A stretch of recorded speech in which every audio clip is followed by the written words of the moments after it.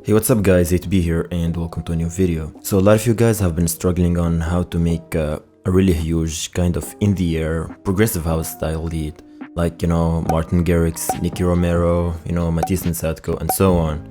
Well, this video is for you. So in this video we'll see a step-by-step guide on how you can layer your leads and mix them well to make them sound really powerful. So stick around because we'll be learning a lot of cool stuff. If you're new to this channel, please go ahead and subscribe and ring the bell so you don't miss any of my future videos. So we will start by creating a chord progression and a top melody on top of it. So I will quickly create one.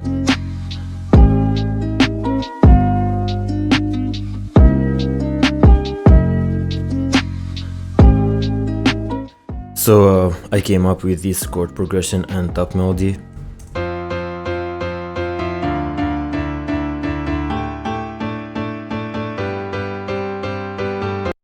Now let's layer it. So the key thing to have a huge layer is carefully choose the sounds. So here I have picked up some chords and top leads. Basically they are from Silent One and other plugins.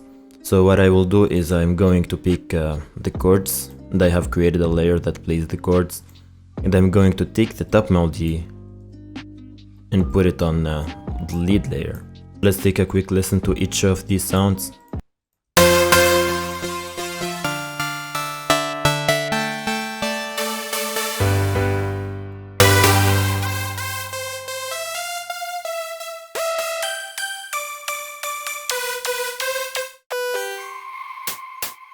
So basically I have picked up different sounds, whistle and noise for the attack and the piano. That's what you should do. So if you really want to have a huge lead, you have to carefully pick your sounds because when you mix them and glue them up together, they complete each other and sound really warm and rich. To save CPU, I'm going to bounce each of these sounds to wave and let's mix them up together.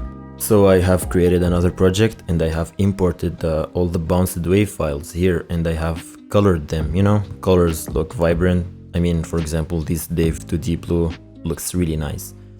So I'm not going to play them like that, obviously, because they blow my ears. So now let's route them to the mixer. Basically, to route channels, like multiple channels to the mixer, what you can do is hold shift on your keyboard and drag like that, and you go to your mixer and press Ctrl, Shift and L, and boom, you have all your channels linked in the mixer with the same colors, with the same names.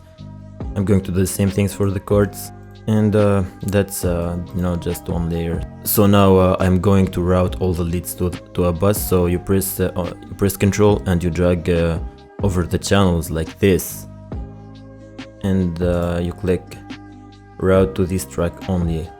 That's called leads. If you're lazy, you can just route all the leads to the same mixer channel here, to the same bus obviously, and add effects, but you have less controls. Let's say there is resonant frequencies in this particular lead and I want to remove it. So you can't do that, because if you remove it here, you'll be affecting all the other leads. So that's why I link each sound to a mixer channel.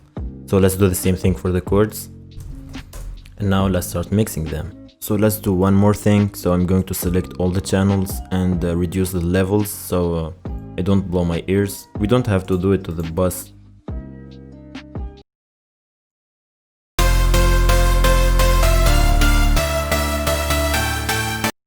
Now basically I'm going to go through each lead and see if there is resonant frequencies. I'm going to start with the first one. So basically to find resonant frequency is you can load a normal EQ, and you have to change the monitor here to input. So because if you keep it on output and you do like this, you'll see that specific band, the color here gets more warm, but I want to see the input, not the output. Basically to find resonant frequencies is you make a peak like that and start sweeping or swiping, if that's the correct word, on the whole spectrum until that frequency starts hurting your ears.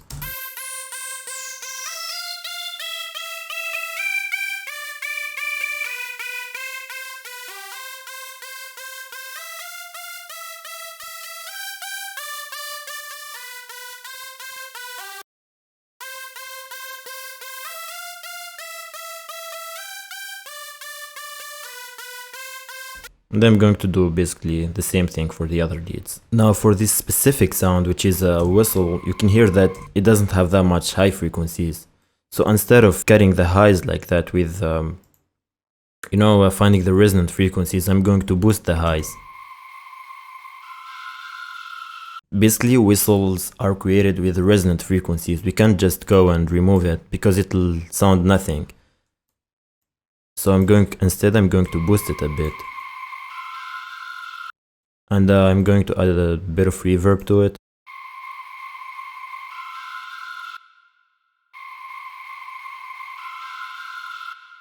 Also, one more thing is you want to make sure that your lead translate really well in mono. I don't mean you should make your lead 100% mono. They should really translate well in a mono system. If your mixer is like this, you go ahead and drag it so you have the controls here, which is the stereo separation knob. If I turn it all the way like that, we get 100% mono sound. You see, our leads sound perfectly good in mono.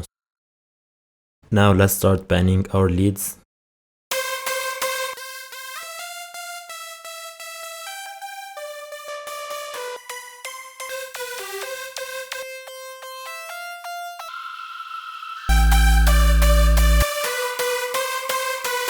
And now let's add effects to the bus. So the first effect I am going to add is a Nicky. I'm going to roll over all the low frequencies. And the high frequencies, because your ears can't hear more than 20 kilohertz, obviously, or even 18, depends.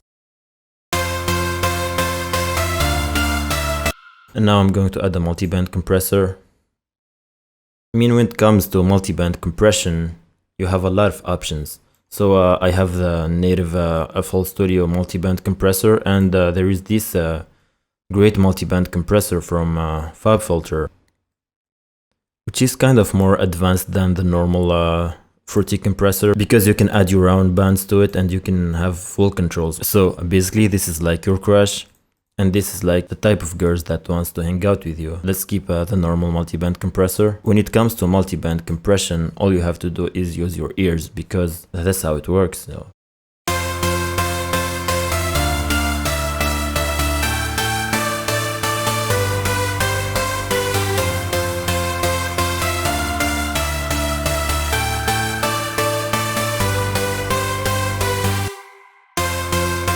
you can hear that it makes a lot of huge difference. And of course I have to add OTT. You know, with OTT all you have to do is just reduce the depth knob, push the highs and the mids, and it will sound good by itself.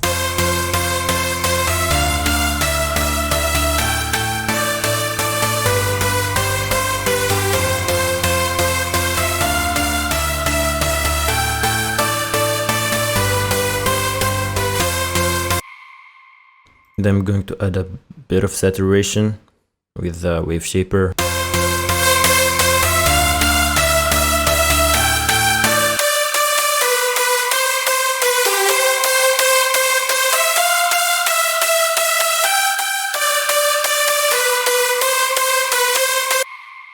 And I'm going to add the dimension expander to make it sound more wider.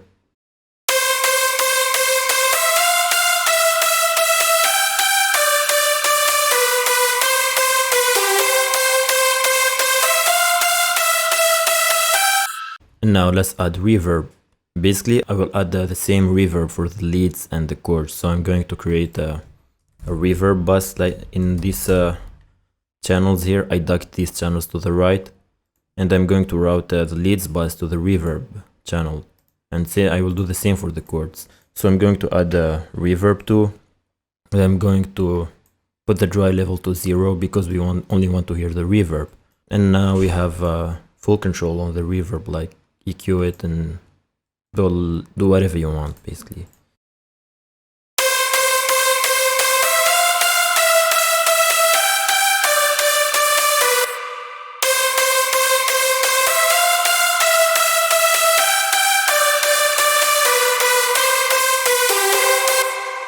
If you only want to hear the reverb sound, you can disable you can unroute the leads bus into the master.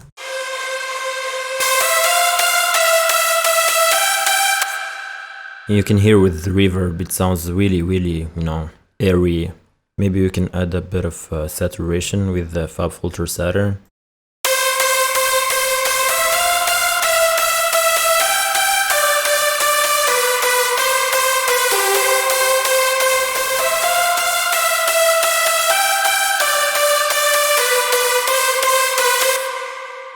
Yeah, it sounds good, you can already hear the difference.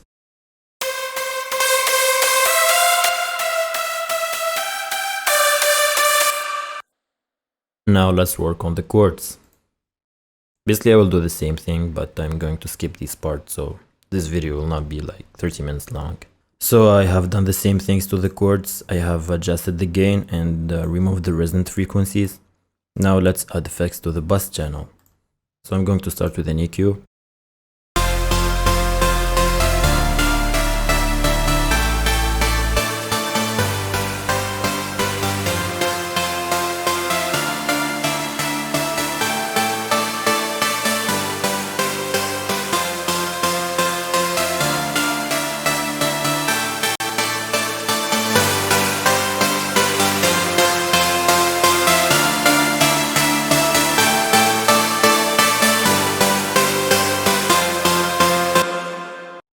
Since the leads are taking the high frequencies, I'm going to reduce them a bit like this.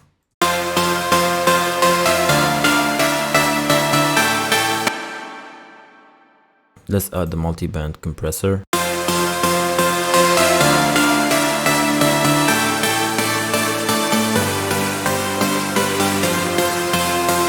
And for sure, OTT.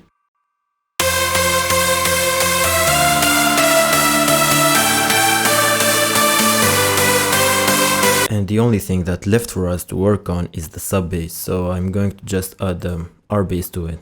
It's a really great plugin. So by just boosting the intensity a bit, the sub bass will sound a lot more powerful. And I'm going to add a bit of saturation.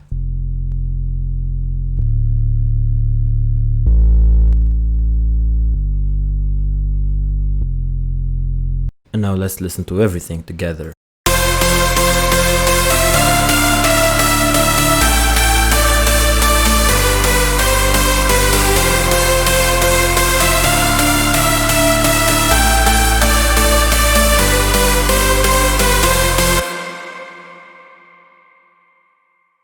You can hear it sound really huge already. So one more thing that is left for us to do is I'm going to add crowd effects. I've been using this crowd effect since here. It sounds really amazing.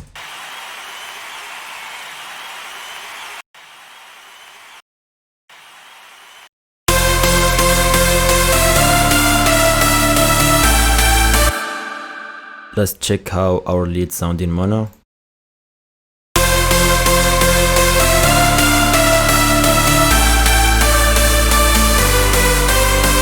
Now that sounds really nice, you know, just like any progressive house track you will hear.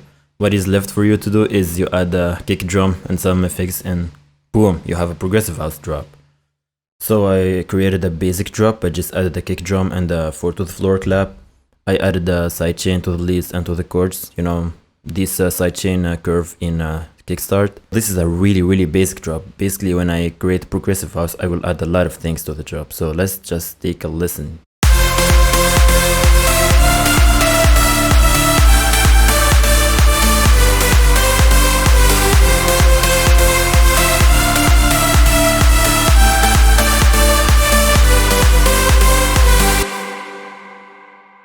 So I hope this video was helpful for you guys. Leave a thumbs up if you like it. If you have a question or a suggestion, please leave it in the comments down below. And go check my other videos. I basically created a lot of progressive house videos like, you know, progressive house drop like Martin Garrix. And I even created a video about, you know, music theory and how you can make awesome melodies. Also, don't forget to subscribe so I can make more videos, and have a great day. Peace.